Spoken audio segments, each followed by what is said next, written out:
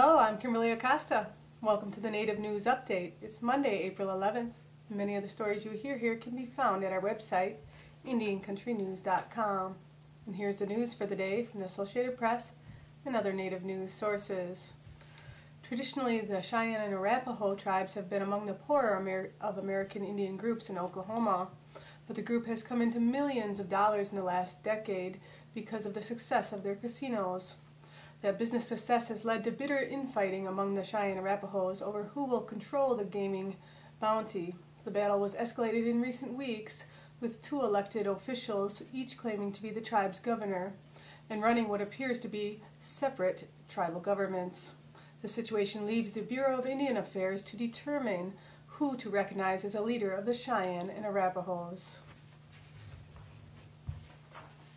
In the fifth fight of the night at Strikeforce, Diaz versus Daly on April 9th at the Valley View Casino Resort in San Diego, California, Virgil Zwicker, a Chumash from Southern California, defeated Brett Albee by TKO at 1 minute 46 seconds of round 1. This is a huge victory for Virgil Res Dog Zwicker, who now, with this win, holds a record of 10 wins, 2 losses, and 0 draws. And today, Paul DeMain talks with Veteran Service Officer Robert Mann of the Ho-Chunk Division of Veterans Affairs in Black River Falls, Wisconsin. Mr. Mann is concerned about reports that Native servicemen and women have had tribally sanctioned traditional tobacco confiscated as contraband and would like to see a congressional remedy written into federal or administrative law.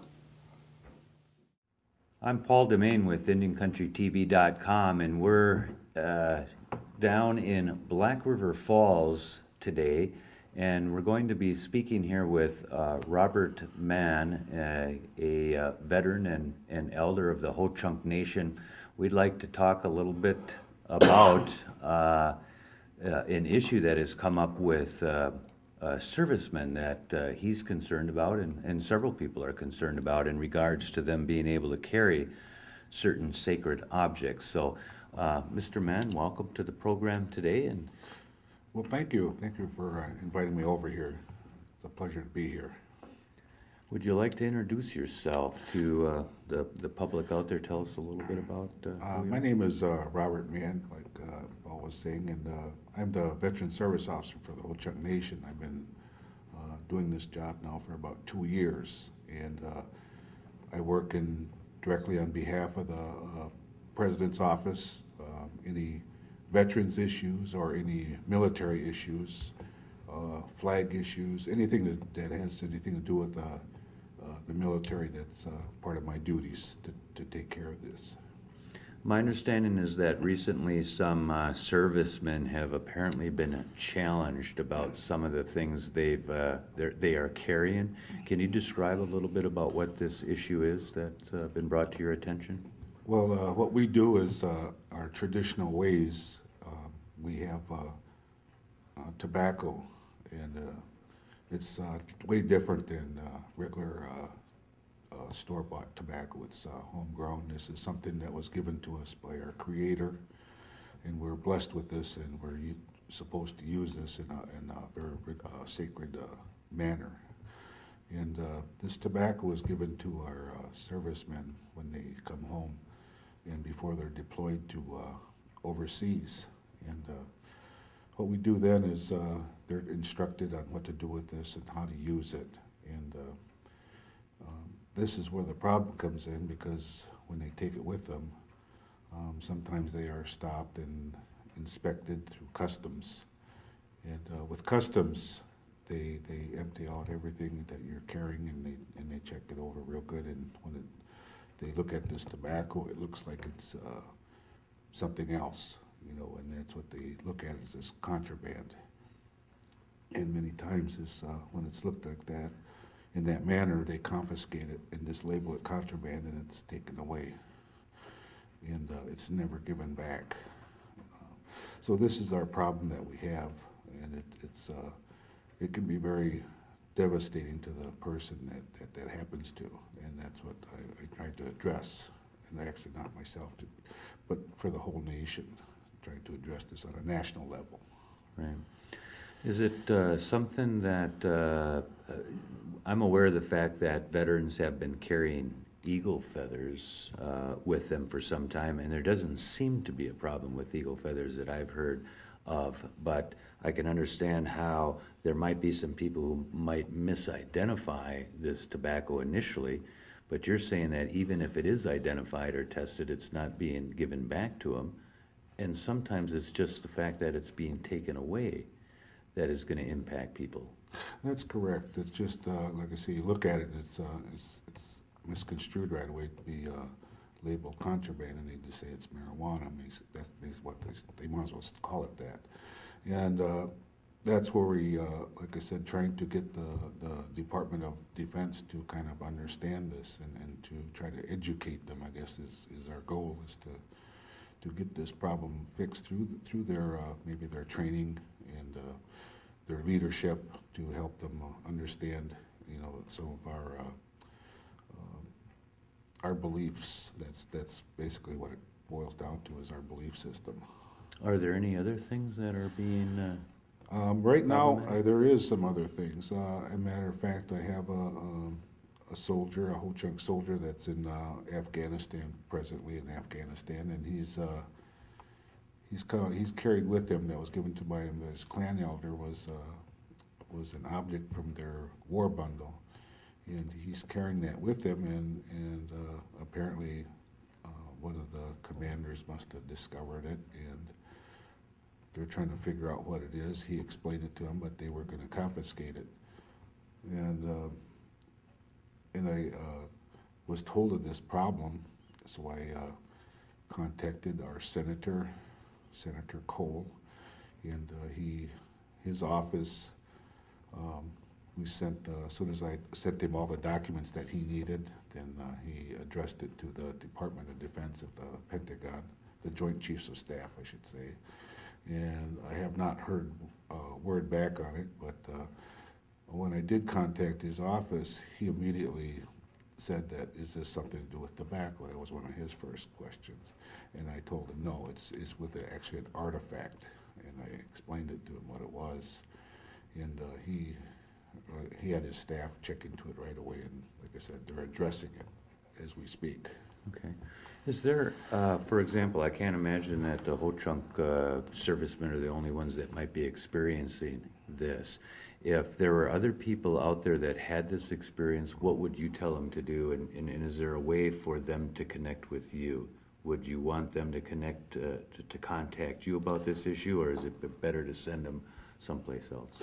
Oh, most definitely they can contact me. You know, I'm just speaking on behalf of our Ho-Chunk people, our traditional ways. I'm sure there's other tribes that have experienced problems with the Department of Defense on some of the things they may, some of their belief systems that they do. You know, that's part of the educational process that we need to do with the Department of Defense, is to have them understand that we're not all the same. We're all different. Every tribe has they believe in a spiritual belief system, but it's all done in a different manner. Each tribe does their own little different ways on how they express that. And I'm just talking for the Ho-Chunk people and expressing what I know. I don't know what these other tribes have experienced, but I'd be more than happy to explain to them, you know, some of the processes that I've done and some of the things that I've worked with American Legion that got this national attention for this issue, and to help them understand. It might go beyond that. There might be other issues that I'm not aware of either, but at least it's a start that we can try to do this, maybe collectively get our people together, and we can address this on a national level. Okay. Why don't you go ahead and give your phone number or your email, which would be a contact, and what we'll do is we'll add a board on it so people can read it when you're saying that. Okay. My name is Robert J. Mann, and my phone number is 715-284-4563. My email address is Robert, R-O-B-E-R-T, .mann, M-A-N-N, at Ho-Chunk, H-O-CHUNK.com.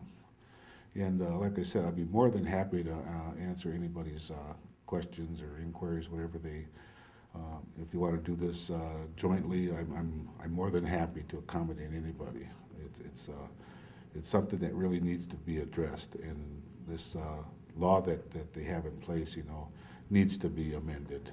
And I know it has been in the past, but it still needs to be amended more. And, needs to be brought up to date. Exactly. If there was someone who is aware of this that wants to mobilize in some way, and you were to send them somewhere, where would be the best place? In the state of Wisconsin, would it be Senator Cole's office? Or if there was someplace in the United States, who would you recommend they get a hold of? What we're doing right now is we're trying to address this through the NCIA. That is our next place that we'd like to go to address it on that level through a resolution, and maybe with their help we can get this addressed through the House of Representatives, hopefully, and then amend this law. So this is one place I think that would, I think most tribes are connected with the NCR, they're familiar with it, so I think that is one place where we can all meet together and address this issue. As a matter of fact, I'll be at the June conference here in Milwaukee. So. Right. And that's the National Congress of American Indians. Do they have a servicemen's liaison within NCAI? Yes, they do. They have two of them. The one I use is our state tribal coordinator, and he's with the Wisconsin Department of Veterans Affairs, and his name is Nate Nez, and he is in contact with all these different organizations, and I work with him very closely, and he puts me in touch with all these people, and we're able to make the connections like we need to. Okay, good. Is there anything else you'd want to tell our public, viewing public there while you have a chance? Oh, I certainly do. I just, like I said, I'm just very thankful to have this opportunity to speak about this, and like I say, it's really important that we can all maybe collaborate on this and do it jointly. It's just not about Ho-Chunks. It's about all Native Americans, and Native Alaskans also are included in on this. And we need to do something here to address this issue once and for all and enforce this 1978 law that is still being violated. Matter of fact, even it's the First Amendment of the Constitution, the freedom of religion is being violated. And that's the way I've addressed this issue constantly, as the First Amendment is always being violated for us. And if we can get this nationally recognized through all these different organizations, if we can all come together and do this in the right way, I think it can be changed and fixed. So that's my goal, to do this and help all of our Native American veterans across the country. Okay, you want to thank you, Mr. Mann, for joining with us today, and for IndianCountryTV.com. I'm Paul DeMain. Well, thank you. Pinagee. And that's the latest roundup of news from Indian Country on this edition of the Native News Update. I'd like to thank you for joining me, and have a grand day.